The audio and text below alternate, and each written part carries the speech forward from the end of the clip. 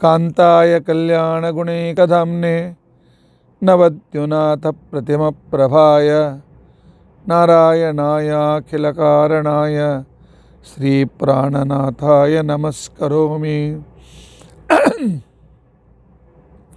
अनाकुलं गोकुलमुल्ललास यत्पालितं नित्यमनाविलात्मा तस्मै नमो नीरदनीलभाटे कृष्णाय कृष्णारमणप्रियाय। नारायणं नमस्कृत्य नरं चैव नरोत्तमं देवीं सरस्वतीं चैव ततो जयमुदीरयेत्।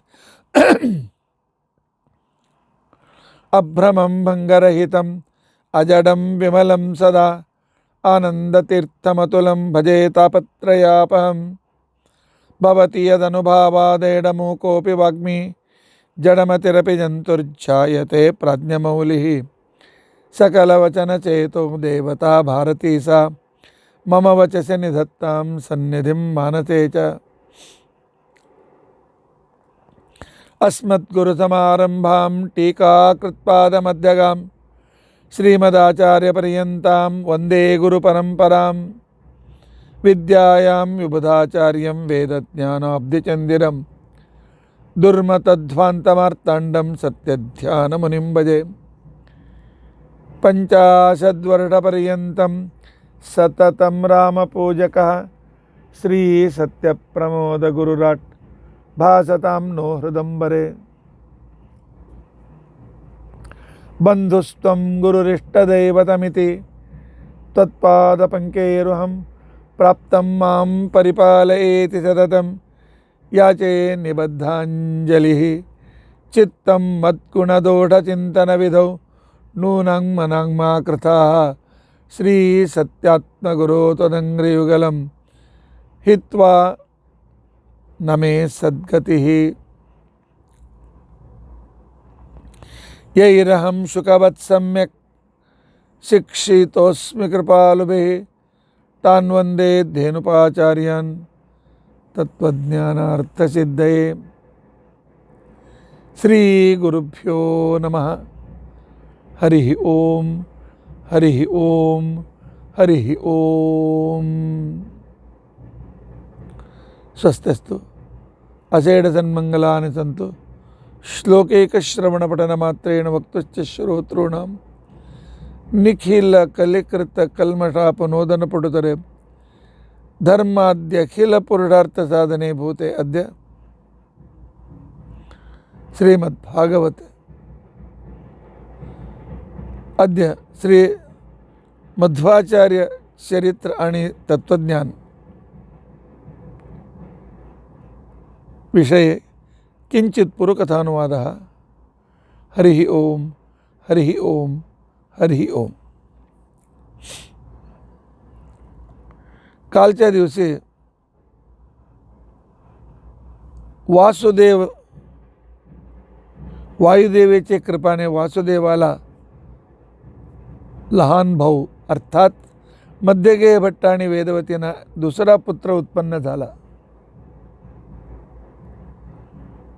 तेव्हा हा वासुदेव घरी जाऊन आईला सांगितलं, आई मला संन्यासाची अनुमती दिली तर मी ह्या परिसरात संचार करीत असतो, केव्हाही येऊन तू मला भेटू शकते।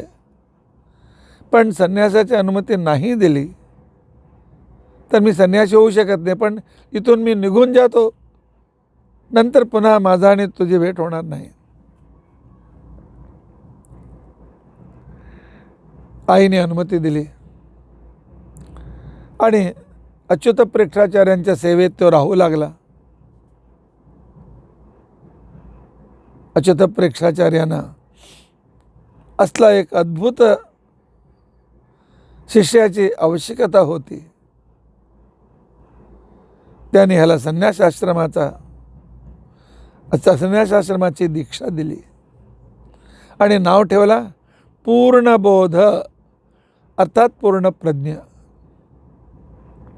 पूर्णबोध म्हणजे अर्थ होतो पूर्णप्रज्ञ। ह्या पूर्णबोध हा ऋग्वेदमध्ये आलेल्या बलिता सूक्तामध्ये दशप्रमतिं जनयंत योजना, दशप्रमती म्हणजे कुठं पूर्णज्ञानी, पूर्णबोध, पूर्णज्ञा, पूर्णप्रज्ञा हे सर्व समानार्थक आहेत. आणि हा संन्यासी झाल्यानंतर ह्या पूर्णबोधांचा, आता मध्वाचार्यांना मी वासुदेव म्हणून हाक मारणार नाही, पूर्णबोध, पूर्णप्रज्ञ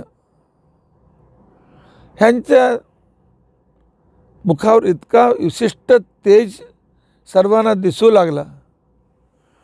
हातात संन्यासदंड धारण केलेले आणि कौपीन धारण केलेले ह्या पूर्णप्रज्ञांना बघितल्यानंतर सगळे असुर, दैत्य, अज्ञान प्रवर्तक सगळे जे काय दुष्टशक्ती घाबरून गेले. आत्ता आमच्या विचार, आमचे मत हा खंडन करणार म्हणून अद्भुत दिनचर्या ते दाखवू लागले. खरं म्हणजे हेच सर्वोत्तम जीवोत्तम. तरीसुद्धा मनुष्य नरलोके नरवत प्रवृत्ती ह्या ಒಂದು विशिष्ट देवता न्यायाने अच्युत प्रेक्षांना त्याने नमस्कार केला. पण अनुसंधान होता तिथे असलेले भगवान देवता सांगतात, किती विडंबन करीत आहेत वायुदेव.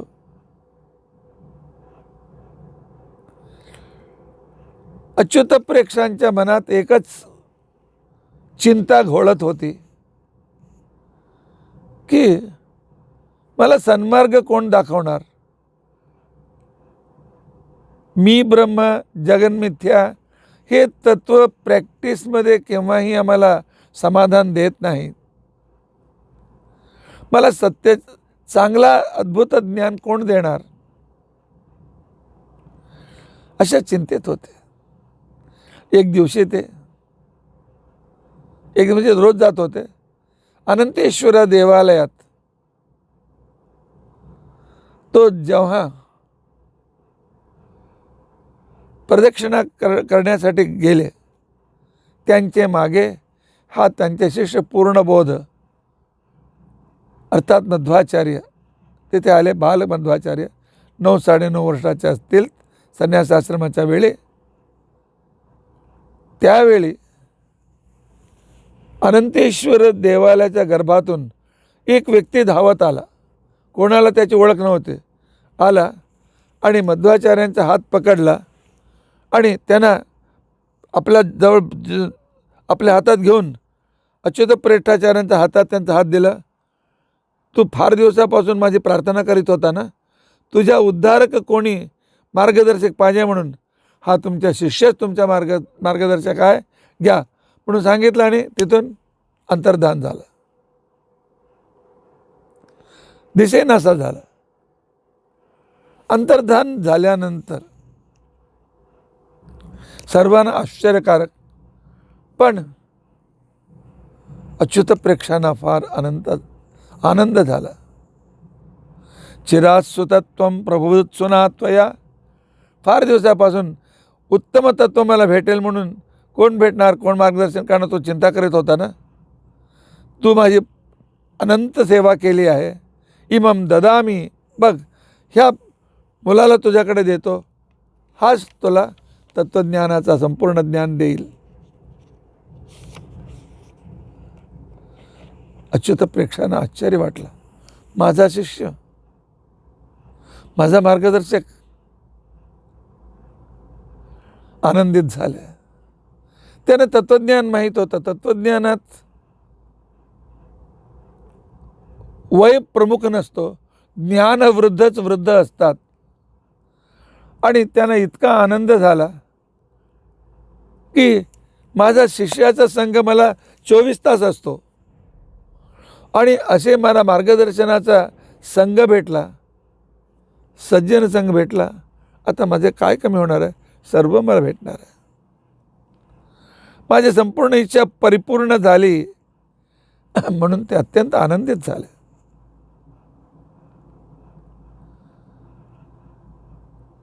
एकदा अच्युत प्रेष्ठाचार्यांच्याकडे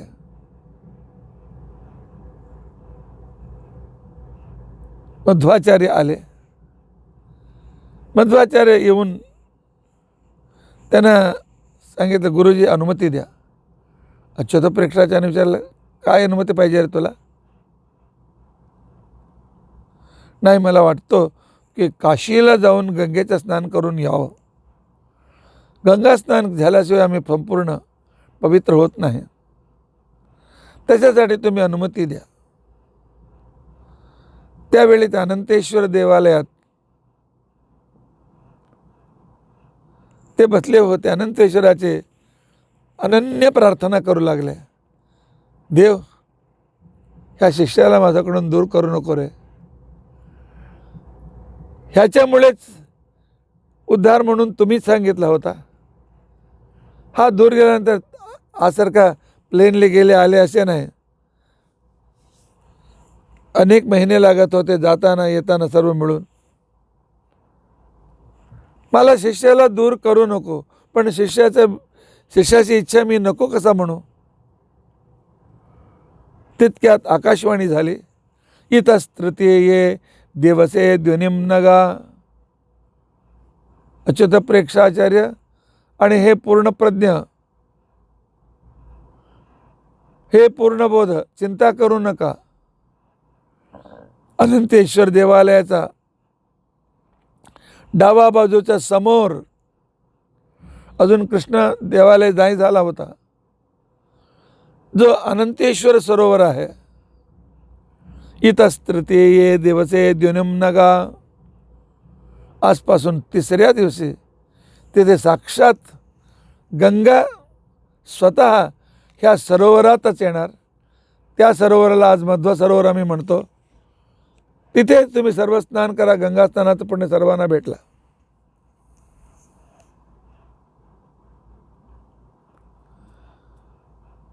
असे हे विशिष्टता त्यांना बघून आनंद झाला. सगळे आनंदित झाले. आणि अच्युत प्रेक्षाचार्य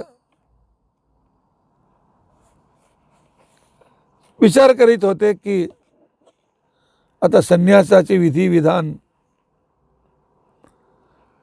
संन्यासाचे अनेक नियमावली, ह्या वटूला नवीन संन्यासीला मी शिकवू म्हणून ते विचार करत होते.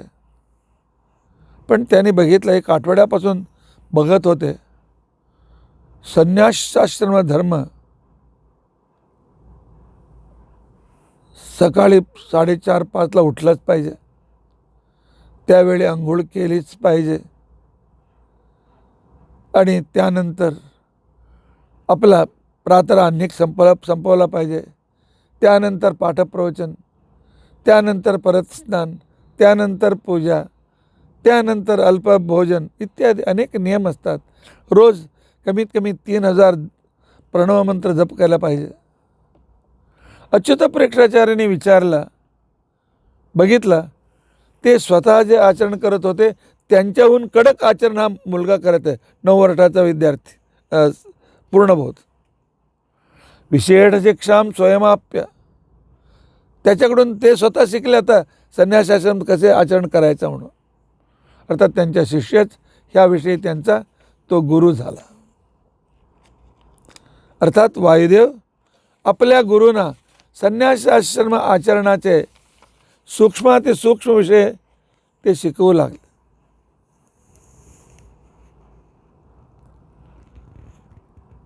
पूर्णबोधाने अर्थात मध्वाचार्याने आश्रम घेऊन 1 महिना आणि 10 दिवस झाले होते. तेव्हा अच्युत प्रेक्षाचार्यांचेच काही शिष्य तर्कशास्त्रामध्ये अत्यंत अद्भुत परिणती त्यांना प्राप्त झाली होती. त्याच्यामध्ये वासुदेव नावाचा एक शिष्य, जो वैशेषिक न्याय आणि वैशेषिक समान त्याच्यामध्ये अद्भुत पांडित्य त्याला होता. तो अद्भुत पंडितान आणि त्याच्या जोडी 15-20 त्याचे शिष्य आले आणि त्यांना ह्या पूर्णबोधाचा अर्थात मध्वाचार्यांची न्यायशास्त्र परिणती आम्हाला 25, 30, 35, 40, 45, 50 वर्षांचे आम्ही आणि लोक ह्या 10 वर्षाच्या आत असलेल्या ह्या मुलाला अत्यंत विद्वान म्हणत होतात. बघू, त्याला वादामध्ये पराजितच करून आमची मोठापणा दाखव म्हणून ते आले होते. संन्यासाश्रम 1 महिना 10 दिवसच झाले होते. जिगाय जैत्रान बहुतर्क कर्कशान 4-5 दिवस फार मोठी चर्चा झाली. तो सर्व जे काय पूर्वपक्ष करण्यासाठी आले होते त्यांना जिंकले. विशेष रूपाने त्या वासुदेव म्हणून जो वैशेषिक, वासुदेव पंडित म्हणून वैशेषिक आला होता, तो तर संपूर्ण पराजित होऊन तिथून पळून गेला. ह्यांच्या पुढे आम्ही टिकू शकतो नाही म्हणून. जसा श्रीकृष्णाने पौंड्रक वासुदेवाचा वध करून अद्भुत विजय प्राप्त केला होता, हा मध्वाचार्याने, हा पूर्णबोधाने तो आपल्या बालपणीत त्याने दाखवला. मध्वाचार्यांचा पूर्वी काय झाला होता, 1-2 अच्युत प्रेक्षाचार्यांच्या गुरु सत्यप्रज्ञ, प्राज्ञतीर्थ,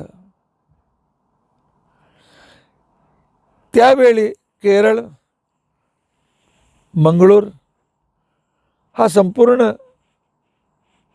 जे काय दक्षिणचा भाग आहे, तमिळनाडूचा काही भाग, शैव लोकांचा मोठा प्रभाव होता.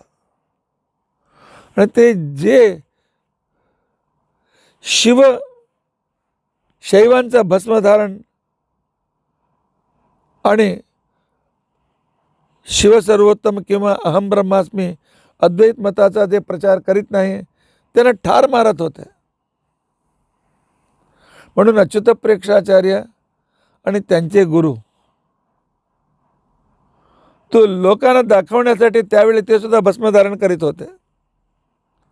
जेव्हापर्यंत मध्वाचार्य आले, त्यांचे शिष्य नाही झाले तिथपर्यंत. आणि मठात पाठप्रवचन झालं पाहिजे. पाठप्रवचन म्हणजे अद्वैत ग्रंथाचंच पाठप्रवचन. द्वैत ग्रंथ कुठे होते त्यावेळी.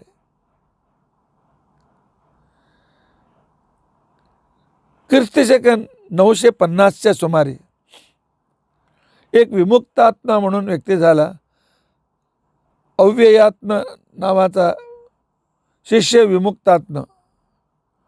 त्याने इष्टसिद्धी म्हणून एक अत्यंत 8 प्रकरणाने युक्त ग्रंथ लिहिलेला आहे.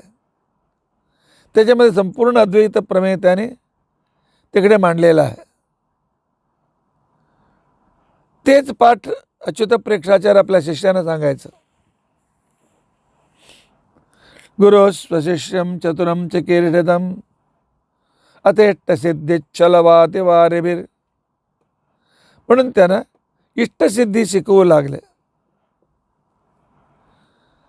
जेव्हा त्यांना इष्टसिद्धी पाठ सुरू झाला पूर्ण प्रज्ञानं, पहिला श्लोक, या अनुभूती रजामेया अनंतात्मानंद विग्रह महदादि जगन्माया चित्रभित्तिम नमामिताम. अर्थात मायाने युक्त या जगाचा अहम ब्रह्मास्मीचा जो अनुभव होतो, त्याचा अनुभवाचा विशिष्ट ती शक्तीला मी नमस्कार करतो. जेव्हा हे सांगून त्याचे विवरण सुरू केले, मध्वाचार्याने सांगितलं, गुरुजी थोडं थांबा. हा श्लोक पूर्ण दोषपूर्ण आहे. म्हणून त्या श्लोकामध्ये त्याने 32 उणिवा दाखवलं. इष्टसिद्धी ग्रंथातल्या पहिल्या श्लोकामध्ये 32 दोष उणिवा त्याने दाखवलं. सांगितलं हे दोष दूर करा, नंतर हे ग्रंथ मला शिकवा. इतका दोषयुक्त ग्रंथाला मी कशाला अध्ययन करू. अच्युत प्रेक्ष विचार करू लागले. त्यानं हे 32 दोष दाखवल्यानंतर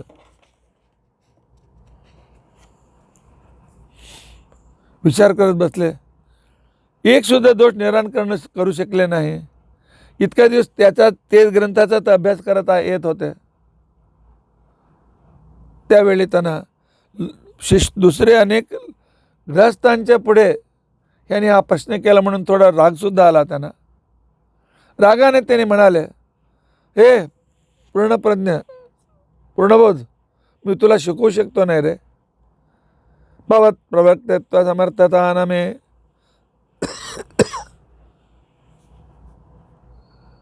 त्यावेळी पूर्णप्रज्ञ सांगतो, गुरुजी थांबा, हे दोष कोणीही निराकरण करू शकतो नाही, अकाट्यमत माझ्या वृत्ती आहेत.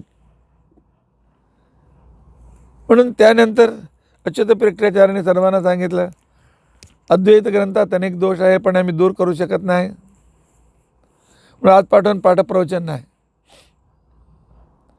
तेव्हा तिकडचे सगळे विद्वान आणि सद्ग्रहस्थ ह्या 9 वर्षाच्या अजून 10 सुद्धा पूर्ण झाले होते. सांगितलं उद्यापासून तुम्हीच सांगा, तुम्ही पाठप्रवचन करीत सांगा.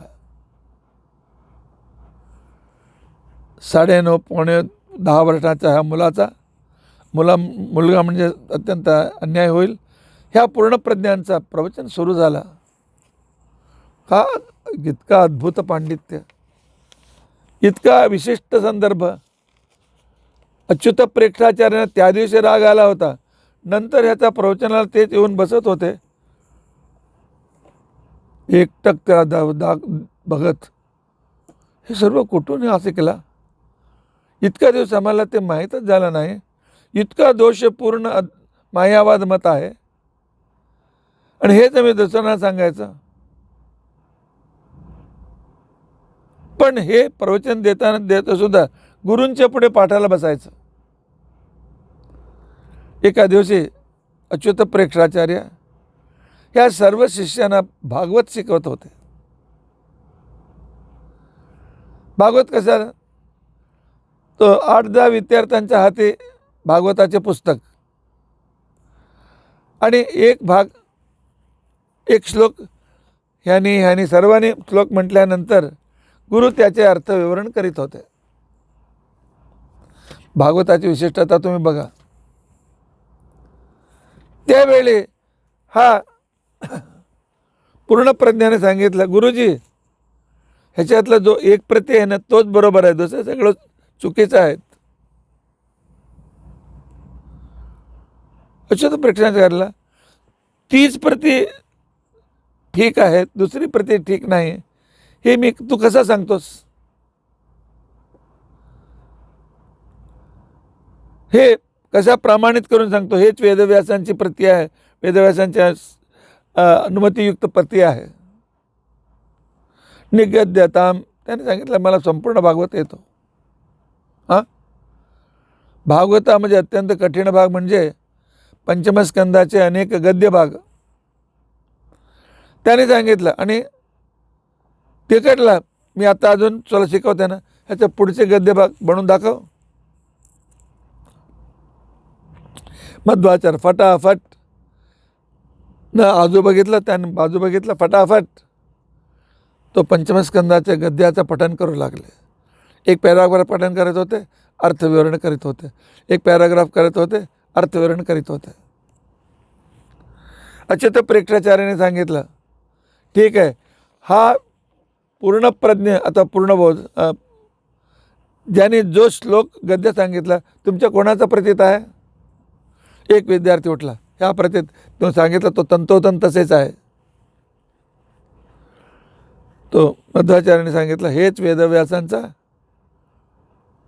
संमत पाठ आहे. अच्युत प्रेक्षकाचार्य सांगतात, संमत पाठ आहे कसे सांगतोस? मला तो संपूर्ण बायहाट आहे. कुठे कुठे गुरुजी सांगत होते, हा फटाफट तो सांगून त्यात अर्थविवरण करीत होते. गुरुजींना आनंद झाला. ते तिथून उठून आले आणि ह्या 10 वर्षाचा पूर्ण बोधाना पूर्ण प्रज्ञाना आपल्या मिठीत घेतलं. आनंदित झाले. सांगू लागले, अत्र जन्मने नयत पठितंते चैत्रभाते कथामित्यमुनोक्ते. ह्या जन्मात तर तू माझ्या इकडे येऊन 2 वर्ष झाले. 7व्या वर्षापासून उपनयन, 8व्या उपनयन झाल्यानंतर रोज माझ्याकडे येत आहे. तू कुठे अभ्यास केला मला माहीत नाही. मला वाटतं ह्या जन्मात तू अध्ययन केला नाही. अनेक जन्माची साधना आहे. पूर्वजन्मसु हि वेद पुरेदम सर्वमित्यमित बुद्धिर्वाच. एका तान सांगितले मध्वाचार्याने, माझा पूर्व अनेक जन्म आहेत, तेव्हाच हे सर्व माझं अध्ययन झालेलं आहे. साक्षात वेदव्यासांच्याकडून मी शिकलेला आहे. रोज रोज एक नवीन नवीन आपली प्रतिभा मध्वाचार्य दाखवत होते. अच्युत प्रेक्षकांना आनंदावर आनंद, अत्यंत आनंदिताने ते आनंद परिपूर्ण करत होते. एका दिवशी त्याने विचार केला, सगळ्या परिवारांना त्याने बोलवलं. सर्वांच्या पुढे त्याने सांगितलं, आज मी ह्या मुलाला उत्तराधिकारी म्हणून नेमणूक करतो आणि परत वेदांत साम्राज्यावर, आमच्या ह्या पीठावर, जो पीठ हंसनाम परमात्मापासून आलेला आहे, ज्या पीठात अनेक महान ऋषीमुनी झालेले, स्वयं हंसनाम परमात्मा ह्याचा मठाचा प्रवर्तक आहे. दुर्वासारखे श्रेष्ठ मुनीसुद्धा ह्या पीठाच्या परंपरेत आलेले आहेत. म्हणून आजपासून आनंददायक ह्याच्या प्रवचनाचा प्रत्येक अक्षर मला आनंद देत आहे.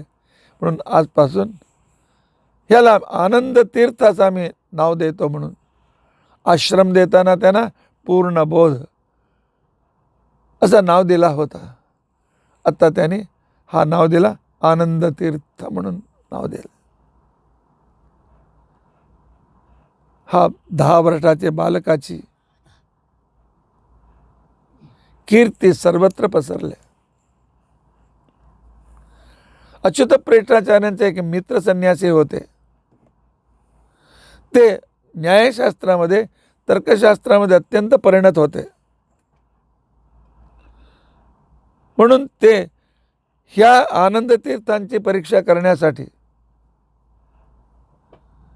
आले. त्याने सांगितलं, हे आनंद तीर्थ, तुझे तत्वज्ञान काय आहे सांग, तुझे अभिप्राय काय सांगा आहे. प्रेक्षकाने सांगितलं, विष्णू सर्वोत्तम आणि विष्णू आणि जीव दोघांमध्ये भेद आहे इत्यादी आपला सिद्धांत त्याने मांडला. 9 सिद्धांत तुम्हाला सर्वांना माहीत आहे. विष्णू सर्वोत्तम, जगत सत्य आणि जीव आणि परमात्मा भिन्न आहेत आणि जीव जड, जीव परमात्मा सगळे आपसात भिन्न आहेत. ते सगळे देवाचे अनुयायी आहेत. हे सर्व आणि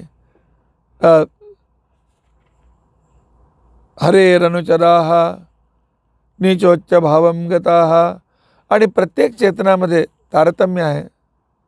मुक्ती म्हणजे आपला स्वतःचा सुख प्राप्त करणं आणि त्याच्यासाठी आम्हाला भक्ती मुख्य साधन आहे. प्रत्यक्ष अनुमान हे प्रमाण आहेत. हा माझा अभिप्राय आहे. म्हणून मध्वाचार्याने त्यावेळी सांगितलं, मध्वाचार्य म्हणजे आनंद तीर्थाने सांगितलं. त्यावेळी त्यांनी सांगितलं, अरे जीव परमात्मा भेद आणि मनुष्य मनुष्य भेद हे प्रसिद्धच आहे. शास्त्राने त्याला सिद्ध करून दाखवण्याची आवश्यकता काय आहे. तू वेगळा, मी वेगळा, असं देव आमचा पण वेगळाच आहे. ह्याला तर्कानेच न्यायानेच मी सिद्ध करू शकतो, तू वेद वेदांत शास्त्र उपनिषद कशाला पाहिजे? जो प्रसिद्ध आहे त्याला शास्त्र सांगत नाही. एक प्रचिती होती मध्वाचार्यांच्या पूर्वी, आता सुद्धा आहे. जो जगात प्रसिद्ध आहे त्याला शास्त्राची आवश्यकता नाही, आणि जो लोकांना माहीत नाही तोच शास्त्राचा विषय असू शकतो. म्हणून द्वैत सिद्धांताला शास्त्रामध्ये विषयच नाही. सर्वांना माहीत आहे, प्रत्यक्ष आहे. घडा वेगळा, पुस्तक वेगळा, तो वेगळा, मामी वेगळा, आणि लाऊडस्पीकर वेगळा, हा घर तुझा घर वेगळा, माझा घर वेगळा. हे प्रसिद्ध तत्त्वज्ञान कसे होऊ शकतो? याला शास्त्राची आवश्यकता आहे का? बघ, अनुमान मी काढून सांगतो तुला. विमतो भिन्नो, जीव आणि परमात्मा दोघे भिन्न आहेत. कशाला? म्हणजे एक नियामक आहे, एक त्याच्या अधीन आहे. जसे राजपुरुषवत, राजा आणि त्याचे मंत्री आणि त्याचे सेवक वेगळेच असतात.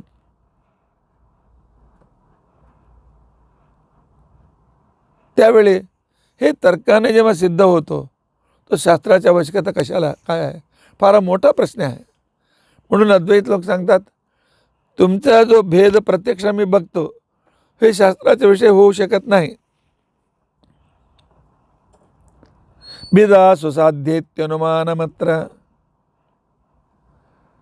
त्यावेळी आनंद तीर्थाने सांगितलं, बघ, फक्त अनुमानाने, फक्त तर्कशास्त्राने आम्ही जीव परमात्मा भेद सिद्ध करू शकत नाही. त्याच्यावर अनेक दोष आम्ही सांगू शकतो. कशाला? म्हणजे सांगा, तुम्ही जे काय विमतो भिन्नो भिन्नो भेद म्हणून जो विशेषण दिला, विवादस्थित विषयाला तुम्ही भेद म्हणून जो विशेषण दिला, हा विशेषण पक्षांतर्गत आहे की पक्षाचा बाहेर आहे? विमतो भिन्नो, विमत हा पक्ष आहे, आणि ते भिन्नो पक्षाचा जोडीचा आहे की पक्षाचा वेगळा आहे, किंवा हेतूचा जोडी आहे, किंवा सिद्धांत उदाहरणाचा जोडी आहे? पक्षाचा जोडी आहे म्हणून सांगू शकत नाही. कशाला? म्हणजे अनवस्था. आणि तो त्याच्याहून भिन्न आहे. तो भिन्न आहे की एक पक्षांतर्गत आहे, दुसरा व्यक्ती, तिसरा व्यक्ती, चौथा व्यक्ती, अशी अनवस्था येते. न्यायाने भेद हे पक्षांतर्गत आहे की साध्यांतर्गत आहे सांगू शकत नाही. आणि पक्षापासून भिन्न आहे असे सुद्धा, अभिन्न आहे म्हणून तुम्ही सांगू शकत नाही. कशाला? म्हणजे पक्षाचे अभिन्न नसलं तर साध्य कुठे झाला? विमतो भिन्नो, साध्य कुठे झालं? साध्यविहीन, साध्य विकल दोष येतो. भिन्नाभिन्न आहे, इतः दोष ततः दोष. म्हणून परमात्मा जीव भेद हे फक्त अनुमानाने किंवा प्रत्यक्षाने आम्ही सिद्ध करू शकत नाही. तर्कशास्त्राच्या दृष्टीने ह्याला दोष येतात, व्यवहाराच्या दृष्टीने दोष येत नाही. तो असे सांगितल्यानंतर, आणि इतकंच नाही, त्यावेळी त्याने सांगतात, नाही तसं नाही, तू साधन केलंस, आम्ही सांगतो तू तक हो, ठीक आहे. विमतम भिन्नो नाही आहे ना, ठीक आहे. विमतम मिथ्या, विवादास्पद हा जग मिथ्या आहे, दृश्यत्वात दिसतो. संप्रतिपन्न शुक्तिरजतवत, आम्हाला जे दिसतो, शिंपावर ते शिंप बघून आम्ही जेव्हा त्याला रजत, अर्थात हे न्यायशास्त्र सांगतात. आम्ही समुद्राच्या तीरावर गेलेलो आहोत, एक चकमकत असलेली वस्तू दिसली, चांदीचं रुपया पडला म्हणून मी धावत गेलो, पण तिथं शिंप होता. शिंपाचा मधला भाग चमकत होता चांदीसारखा. माझ्या डोळ्याने चांदीला बघितला, पण तो मिथ्या होता. म्हणून हा जग जो दिसतो हा जग मिथ्या आहे. हे अद्वैत मताचा, मायावाद मताचा हा आर्ग्युमेंट आहे. त्यावेळी मध्वाचार्याने सांगितलं, हे तुमच्याला ह्याला मी प्रतिपक्ष सांगतो. प्रतिपक्ष अनुमानाने हा दोषाने हा युक्त आहे. विमतम सत्यम, विवादास्पद जग सत्य आहे. कशाला? म्हणजे आम्हाला दिसतो घटवत, आणि हा मोबाईल मोबाईल दिसतो पण सत्य आहे.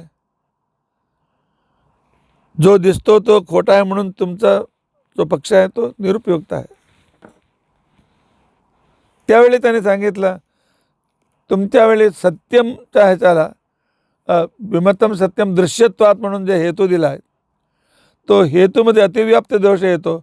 अनेक अतिव्याप्त म्हणजे तो चमकपणा चांदीतसुद्धा आहे. तो चमकपणा अनेक काचेच्या ह्याच्यामध्ये दिसतात, अतिव्याप्ती आहे. त्यावेळी सांगितलं, तुम्ही आमच्या हेतूला दृश्यत्वातला अतिव्याप्ती दाखवता, पण तुमच्या ह्याच्यामध्ये शुक्तिरजतामध्ये दृश्यत्वच नाही. तुम्ही बघितला शिंपाला मराठीत थोडा शिंपाला बघितला, पण सांगतो चांदी. तो शिंप तुम्हाला दिसला शिंप, पण तुम्ही सांगतो चांदी. म्हणून तुमच्या दृश्यत्व हेतूच सिद्ध होत नाही, त्याला दृश्यत्वच नाही. तुमच्या अनुमानाला काय अर्थ आहे? 8-10 दिवस हे वाद चालू होता. सर्व तर्कांना त्याने दूर करून त्याने सांगितलं की प्रत्यक्ष वस्तूंच्यासाठी प्रत्यक्ष प्रमाण, त्याला दुसऱ्या प्रमाणाची आवश्यकता पडत नाही. पण अनुमान तर्काला प्रत्यक्षाची सहायता, तर्काला किंवा आगमाची सहायता आवश्यकता आहे. म्हणून फक्त तर्कशास्त्र हा प्रमाण होऊ शकत नाही. प्रत्यक्ष अनुमोदित किंवा आगम अनुमोदित अनुमानच ह्या जगात तो तर्क प्रमाणित होतो, नाही तर नाही. त्यावेळी तिकडे असलेले हजारो विद्वान, महाविद्वानांनी मिळून त्या दिवशी ह्या आनंद तीर्थांना अनुमान तीर्थ नाव म्हणून एक विशिष्ट नाव दिलं. ही चर्चा तुम्हाला थोडं वेगळी वाटेल, वेगळी नाही, काय त्याच्यामध्ये जास्त आहे नाही. जे दिसतो तो खोटा आहे, हेच खोटा आहे. केव्हामध्ये जो दिसतो डोळ्याच्या दोषाने दिसलेला असतो, पण आम्ही तो वस्तूलाच बघितला नसतो, दुसरं काय तर आम्ही कल्पना करतो. म्हणून हा दृश्यत्व जो दिसतो तो सत्यच असला पाहिजे, प्रतिपादन ह्याने केलं. त्यावेळी वादिसिंह म्हणून बौद्ध धर्माचा फार अद्भुत व्याख्यान, अद्भुत विद्वान होता, आणि त्याचं नाव होता वादिसिंह. त्याच्या जोडी आला होता तो बुद्धिसागर. हे दोन्ही न्यायशास्त्रामध्ये आणि बौद्ध न्यायामध्ये अत्यंत परिणत होते. परिणत होऊन त्यांना जेव्हा ह्या 10 वर्षाचा 11 वर्षाचा बालकाचा कीर्ती सर्वत्र पसरू लागले, ह्याच्यासारखे तार्किक कोणी नाही, ह्याच्यासारखा अत्यंत महान विद्वान कोणी नाही, ह्याच्यासारखा वाद चर्चा करणारा कोणी नाही. म्हणून ते येऊन सांगितलं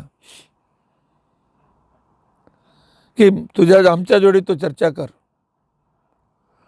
त्यावेळी उडुपीत आनंद तीर्थ नाही होते, दुसऱ्या मठाला गेले होते. अच्युत प्रेक्षाने त्याला बोलवून आणलं. अनंतेश्वर देवालयात वाद त्यावेळी चर्चा सुरू झाली. सवाद सिंहस्य गिरम गरीयसीम अखंडयत पंडित मंडलांतरे. वादिसिंह जे काय अनुमान सांगत होता त्याच्यामध्ये दोष दाखवून हा 11 वर्षाचा आनंद तीर्थ त्याला खंडन करीत होते. प्रत्येक संपूर्ण दिवस चर्चा चालू होती. त्यानंतर त्याला वाटलं की हा सुलभतेने पराजित होत नाही, म्हणून त्याने ह्यांच्या पांडित्य बघून अत्यंत असूयाने एक आपल्या तर्काला 32 विकल्प त्याने दाखवले. 32 विकल्प म्हणजे असा होतो का, असा होतो का, असा होतो का, असा होता का, असा 32 त्याचा अर्थ 32 रीतीने त्याचा अर्थ होतो. म्हणून बुद्धीच्या दृष्टीने त्याने असा विचार केला. म्हणूनच सांगतात विश्वमिथ्या दृश्यत्वात जडत्वात परिच्छिन्नत्वात सांगितल्यानंतर आमच्याकडे विकल्प करतात वादावलीमध्ये. मिथ्यात्वम नाम किम, मिथ्यात्वम नाम सदसद्विलक्षणम वा सद्विलक्षणम वा असद्विलक्षणम वा अनिर्वचनीयम वा वचन असहत्वम वा. असे खोटं म्हणजे अर्थ काय? खोटं म्हणजे सत नाही म्हणून सांगायचं आहे का तुम्हाला? असत नाही म्हणून सांगायचं आहे का? सद असत दोन्ही नाही म्हणून सांगायचं आहे का? ते बोलू शकतो नाही म्हणून का? त्याच्या वचनाने अव्यक्त करू शकत नाही का? असे हा अनेक एका विषयावर जे आम्ही अनेक प्रश्न करतो त्याला विकल्प म्हणतात. त्याने 32 विकल्प केला, म्हणजे तो सुद्धा अत्यंत बुद्धिमान होता. आता काय, हा पराजित होणार म्हणून सगळंच निश्चित केले. 11 वर्षाचा मुलगा 32 आठवण ठेवून कसं खंडन करतो? पण द्वात्रिंश लक्षणोपेत हे आनंद तीर्थाने विकल्प कोटी रथखंडयनृतम, त्याने 32 विकल्पांना सुद्धा खंडन करून आपला सिद्धांत त्यांनी मांडला. आठवणीत ठेवा, महान महान विद्वान आहेत, त्याच्यामध्ये एक 11 वर्षाचा मुलगा बसलेला आहे आणि सर्वांना उत्तर देत आहे आणि त्यांचे विचार खंडन करीत आहे आणि स्वतःचे विचार मांडत आहे. कल्पना तरी करा. वादशिव बुद्धिसागर निरुत्तर झाले. पण आपला पराजय कसे दाखवणार? सांगितलं नाही, आज आता आम्ही दमलो, उद्या ह्या संदर्भात वाद, उद्या सकाळी 8 वाजता परत वाद सुरू होणार म्हणून गेले. त्यानं दुसरीकडे काय व्यवस्था केली होती उतरण्यासाठी. 8 वाजता सगळे हजारो लोक एकत्र झाले वाद बघण्यासाठी. 8:10 झाला, 8:15 झाला, 8:30 झाला, 9:30 झाला, आलेच नाही. तेव्हा अच्युत प्रेक्षकांना आपल्या शिष्यांना पाठवलं, बोलून घे. त्यानंतर त्यांना माहीत झाला ते रात्रीच पळून गेले आहेत म्हणून. अर्थात त्यावेळचे ज्यांच्या समान पंडित नव्हता तसे बुद्धिसागर आणि वादसिंह हा 11 वर्षाचा मुलांच्याकडून पराजित झाला. तो हेच हा वैशिष्ट्य आनंद तीर्थांचा आहे.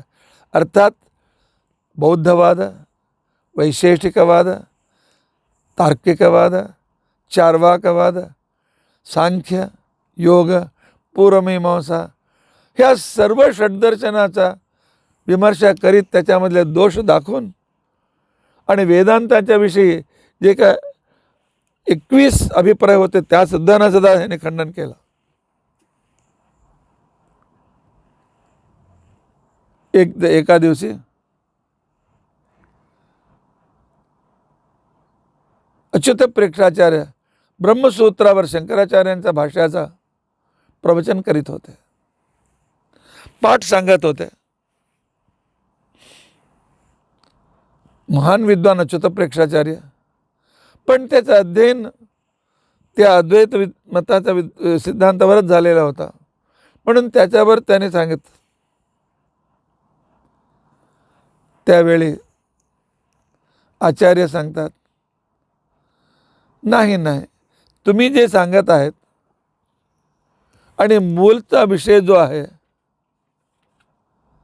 तर संबंधच वाटत नाही. काय सांगितलं? आता तो ब्रह्मजिज्ञासा, ब्रह्मजिज्ञासा करा म्हणून पहिला सूत्र सांगतो आणि त्यानंतर दुसरा सांगतो जन्माद्यस्यतः, ज्या व्यक्तीकडून सृष्टी स्थिती लय नियमन ज्ञान अज्ञान बंध मोक्ष हे सर्व होतात. पण अद्वैत सांगतो की तो ब्रह्म म्हणजे निर्गुण निराकार, निर्गुण व्यक्ती सृष्टी कसा करेल, निराकार व्यक्ती सृष्टी कसा करेल. आणि विश्वमिथ्या सांगतात, सृष्टी म्हणजे नवीन नवीन वस्तूंचा सृष्टी. जेव्हा विश्वच मिथ्या असेल तर नवीन वस्तू दुसरा कुठून आला? एकच वस्तू सत्य म्हणतात, तेव्हा तर सृष्टी स्थिती लय नियमनाचा संबंधच राहत नाही. म्हणून जन्माद्यस्यतः हा सूत्र ह्या अद्वैतवादाला जुळत नाही. शास्त्रोनित्वात नंतर हजारो लोक स्तब्ध झाले. इतक्या दिवस हेच भाष्य सर्वश्रेष्ठ म्हणून मिरवीत होते, पाठ सांगत होते. सांगितलं परस्पर विरोध ह्या ग्रंथात दिसून येतात, म्हणून आम्ही हे योग्य नाही म्हणून सांगितलं. त्यावेळी तिकडे असलेल्या पंडिताने सांगितलं, ठीक आहे, हा संपूर्ण जो भाष्य आहे, तुमच्या पूर्वी रचलेले भाष्य जे आहेत ते भाष्यावरती ते दोष दाखवा. 7 दिनपर्यंत ते दोष दाखवत राहिले. सर्वांना परत संशय सुरू झाला. हा जे आनंद तीर्थ म्हणतात खरं दिसतो. त्यानंतर त्याने सांगितलं, ठीक आहे आचार्य, तुम्ही त्याचा ब्रह्मसूत्राचा जो खरा अर्थ आहे, खरा वेदव्यासांचा जो अभिप्रेत आहे, फक्त दोष दाखवू नका, खरं काय हे आम्हाला सांगा. त्या दिवशीपासून मध्वाचार्याने ब्रह्मसूत्रावर अद्भुत रीतीने वादविवाद करू लागले. असंख्य लोक रोज प्रवचन ऐकायला येत होते. त्याच्यामध्ये अत्यंत महाविद्वान सुद्धा होते, महान वाक्यार्थ कौशलवाले होते, सगळे होते. त्या सर्वांना वाटत होता तो ठीक आहे, ह्यांच्या म्हणणं अत्यंत ठीक आहे, अत्यंत योग्य आहे. जेव्हा सत्यम ज्ञानम अनंतम ब्रह्म म्हणून ब्रह्माचं लक्षण तैत्तिरीय उपनिषद सांगतो, देव सत्य आहे, ज्ञानपूर्ण आहे, अनंत व्याप्त आहे, तेव्हा तो निर्गुण कसा काय होतो? ह्याचं ह्यांच्या मनात सुद्धा विचार विमर्श सुरू झाला. आपला मुलगा संन्यास झाल्यानंतर काही दिवस दुःखाने मध्यगेवेट घरीच बसले होते.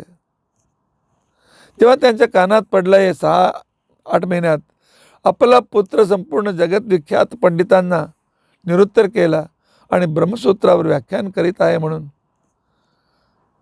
तो आई वडील धावत आले. कदाचिदेनं प्रतिगम्य सौम्यधी. त्यानंतर त्यांचे प्रवचन ऐकल्यानंतर त्याच्यावर जो राग होता निघून गेला. मध्यगेपटानं सांगितलं, ठीक आहे, मी घरी ह्या मुलाला घरीच बसवलं असलं तर ह्या हिरेला मी पेटीत बंद करून ह्या प्रकाश रहित करत होतो, ह्या प्रकाश जगाला मिळत आहे. सांगितलं, आनंद तीर्थ, आमचा राग गेला, तुम्ही योग्य मार्ग स्वीकारला म्हणून साष्टांग नमस्कार त्यांनी केले. असे चर्चा चालित असताना अच्युत प्रेक्षाने सांगितलं, हे आनंद तीर्थ, तुम्ही शंकर भाष्यामध्ये दोष दाखवत आहेत आणि प्रवचन देत आहात, तुम्ही नवीन भाष्य कशाला लिहत नाही? तुम्हीच एक नवीन भाष्य लिहा. भाष्यकार होणं म्हणजे सर्व शास्त्रात अत्यंत संपूर्ण परिणिती पाहिजे. मध्वाचार्यांचा मनात हेच होता. पण जेव्हापर्यंत गुरुकडून प्रार्थना येत नाही, इतकंच नाही, शास्त्रात नियम आहे, नाप्रश्न कश्चित ब्रूयात, प्रश्न केल्याशिवाय त्यानं उत्तर देऊ नये म्हणून. तो त्यावेळी त्यांना वाटलं की आज गुरुची आज्ञा भेटली आहे. त्याने सांगितलं आपली कृपा असेल मी लवकर लिहून तुम्हाला दाखवतो म्हणून त्याने सांगितलं. अच्युत प्रेटाचार्याकडून अनेक शिष्य संन्यास घेतले होते. काही लोक अत्यंत वृद्ध विद्वान होते. त्यावेळी दुसरा एक अच्युत प्रेक्षांच्या सहकार्याने तो सांगितलं, ठीक आहे, आता तुमच्या मागे अनेक व्याख्यानकारांनी ब्रह्मसूत्रावर लिहिले, उपनिषदावर भाष्य लिहिले आहेत, भगवद्गीतेवर भाष्य लिहिले आहेत, तर तुम्ही स्वतः नवीन भाष्य कशाला लिहू नये. अस्मभ्यमाचक्ष विचक्षणोचितम, आम्हाला तुमच्या वाक्यात तुमच्या प्रतिपादनामध्ये सत्य दिसत आहे, एक योग्य मार्ग दिसत आहे, ब्रह्मप्राप्तीचा विष्णुप्राप्तीचा मार्ग दिसत आहे. तुम्ही स्वतः नवीन भाष्य रचना करा, आमच्यावर दया कर म्हणून वारंवार सांगत होते. त्यावेळी आचार्याने सांगितलं, ठीक आहे, देवाची इच्छा आहे, लवकरात लवकर माझे ग्रंथ अभिव्यक्त होणार आहेत. एका वेळी संचार करीत ते विष्णुमंगल देवालयात आले होते. विष्णुमंगल देवालय मंगळूर आणि केरळच्या बॉर्डरमध्ये आहे. आणि त्या दिवशी देवाला नैवेद्य दाखवल्यानंतर आणि दोघेच धान्यांचा भिक्षा झाली होती, जेवण झाला होता. त्यावेळी एक भक्ताने, अत्यंत गरीब होता, परमभक्त होता, 200 केळे असलेले, केळफल असलेले, केळीचं फळ असलेले एक संपूर्ण घडाच आणून ठेवला. आचार्य, माझी इच्छा आहे तुम्ही हे स्वीकारावं म्हणून. अच्युत प्रेक्षाने सांगितलं, हां घे. त्यांना वाटलं होतं 1-2 खाईल म्हणून. त्यावेळी आचार्य खाऊ लागले. 1 घेतला, खाल्ला, 2 झाला, 50, सगळे आ करून बघत आहेत. 50, 60, 70 संपले, 100 संपले, 150 संपले, आता राहिले 50, ते सुद्धा संपत आहेत. साल काढायचं खायचं, साल काढायचं खायचं, ढीक पडली सालांची. लोक त्यांच्या पोटाकडे बघत होते, हे किती फुगतं म्हणून. नाही, फुगलंच नाही. भिक्षावसाने द्विशताधिकै फलैः व्यूढैः प्रभुक्तैः परिपूरितेऽपि तनूदरे नास्ति गरिष्ठता कथं सुचित्त सत्यं वदतात भवानीति. एकांतात गुरुने सांगितलं, अरे तुझं पोट अजून एकदम आत गेलेलंच, एकदम व्यवस्थित आहे, आणि 200 केळे कुठे गेले? काय विशिष्टता आहे? त्यावेळी आनंद तीर्थ सांगतात, गुरुजी, सर्वांच्या शरीरात जठराग्नी म्हणून आहे. भूक लागतो, तो अग्नी प्रज्वलित होते, खाल्ल्यानंतर त्याचा हजम होते, जीर्ण होतो. सर्वांच्या जठराग्नी किती असते? घोड्याचा शेपटाचा एक केस घेतला पाहिजे, त्याचा उभा 100 भाग केला पाहिजे. घोड्याला शेपूट असतो ना, त्याला काय मराठीत दुसरं काय म्हणतात? हां, नाही ना, त्याच्यामधला एक केस घ्यायचं, काढायचं, त्याला उभा 100 विभाग केला पाहिजे. किती लहान होईल? डोळ्याला दिसणार नाही, इतकं लहान अग्नी असते. पण मला माझा अंगुष्ठा येतं, अंगठ्या इतकं मोठं हे माझा येते जठराग्नी आहे. ही जठराग्नी मी बाहेर काढला तर संपूर्ण जगाला जाळून खाक करेल. म्हणून मी काय केला तर, अर्थात वायुदेव आणि भीमाचा अवतार होते, त्याने दाखवून देवाला. दक्षिण देश दिग्विजयाला ते निघाले. अनेक पवित्र तीर्थाला त्याने भेट दिली. पयस्विनी नदीच्या तीरात दुर्गेचा आविर्भाव पुरे होणार आहे कलियुगाचा नंतर, त्याच्या त्याने स्मरण केला. त्यानंतर श्रीरंगाला आले, तिरुवनंतपुराला आले आणि तिथे चातुर्मास्याला तिथे चातुर्मास्याने प्रवचन करीत होते. करीत असताना कुदपुस्तूर नावाचे एक अद्वैत संन्यासी अर्थात जो दक्षिणा पीठाचा जो शंकर मठ आहेत, शंकर मठ चारी दिशाला एक एक आहेत, ते दक्षिण दिशेच्या मठाचे ते अधिकारी कुदपुस्तूर शंकराचार्य म्हणून होते. ते ह्यांच्या जोडी चर्चा करण्यासाठी आले. चर्चा चालत होता त्यावेळी त्यानं उठून सांगितलं, नाही नाही, एक भाष्य असताना दुसरा भाष्य जरूरत नाही. काय सर्वांच्या वरती शंकर भाष्य आमच्याकडे आहे, दुसरं विवरण काय करता तुम्ही, करू नका. आचार्य सांगितलं, शांत बसा, सांगा मी जे काय प्रवचन केलं त्याच्यामध्ये दोष दाखवा. हे नको ते नको, हे नंतर बघू. मी आज जो प्रवचन केला आहे त्याच्यामध्ये एक तरी दोष दाखवा. ते गप्प बसले. त्यावेळी त्यांच्या शिष्याने सांगितलं, अरे आमच्या गुरूंना तुम्ही प्रश्न विचारता? आमच्या गुरु किती धिप्पाड आहेत बघा, त्यांची पर्सनॅलिटी कशी आहे. तुम्ही 12 वर्षाचा लुकडे नव्हते तरी समर्थ होते. तुमच्या पुढे ह्यांच्या पर्सनॅलिटीचं काय, ते आपल्या गुरुच्या पर्सनॅलिटीच वर्णन केले, गुरुचे उत्तर दिले नाही, पण त्यांची संख्या जास्त होते, जय जयकार करू लागला. त्यावेळी आचार्याने सांगितलं की शरीर लक्षणामध्ये अतिस्थूलता दोष आहे, अति कृशतासुद्धा दोष आहे. ते शरीराचा संदर्भ काय, शरीर सम असले पाहिजे. माझ्या शरीरात तरी दोष दाखवा. तेच सगळं दाखवा, तुम्ही अगदी असंच करता, असंच खंडन करताय म्हणून निघून गेले.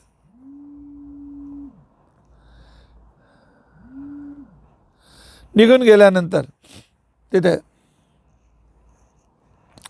तिथून पुढे आचार्य पुढे निघाले.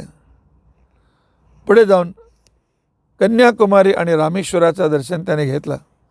कन्याकुमारी बघून नंतर रामेश्वरला आले आणि रामेश्वरात असताना तिकडे रामेश्वरमध्येच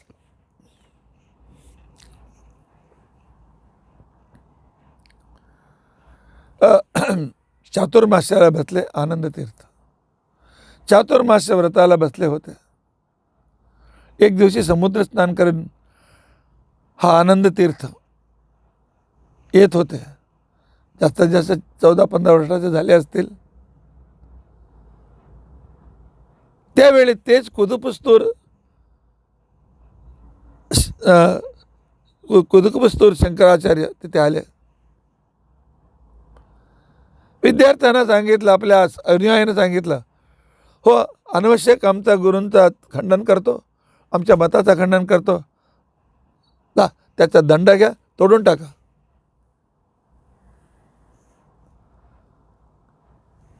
त्यावेळी आचार्याने सांगितलं, शिष्यानं कशाला सांगता, घ्या मी दंड देतो, हे तोडून दाखवा.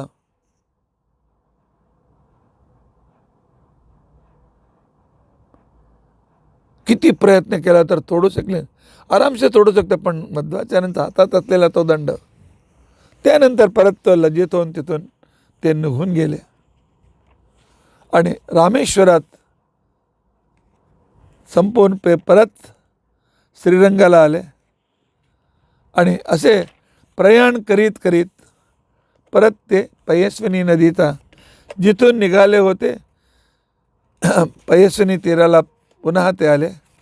त्यावेळी हे कासरगोड म्हणून जागा आहे, कासरगोड पयस्विनी तीर येते, तिथे होते आणि तिथे अनेक चतुशास्त्र अध्ययन केलेले असे एक विद्वान तिथे होते.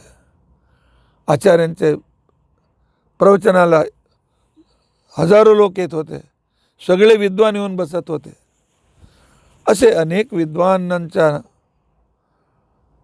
त्यांना मनाला संतोष देत आचार्यांनी आपला प्रवचन चालू ठेवला आणि विष्णू सर्वोत्तमत्व, वायू जीवोत्तमत्व आणि त्यानंतर जगत सत्यत्व, हे सगळे विष्णू सर्वोत्तम, जगत सत्यत्व, वायू जीवोत्तमत्व आणि ईश्वर जीव भेद, जीव जीव भेद इत्यादी जे काही विशिष्ट सिद्धांत होते त्या सिद्धांताचे हे विशिष्ट क्रमाने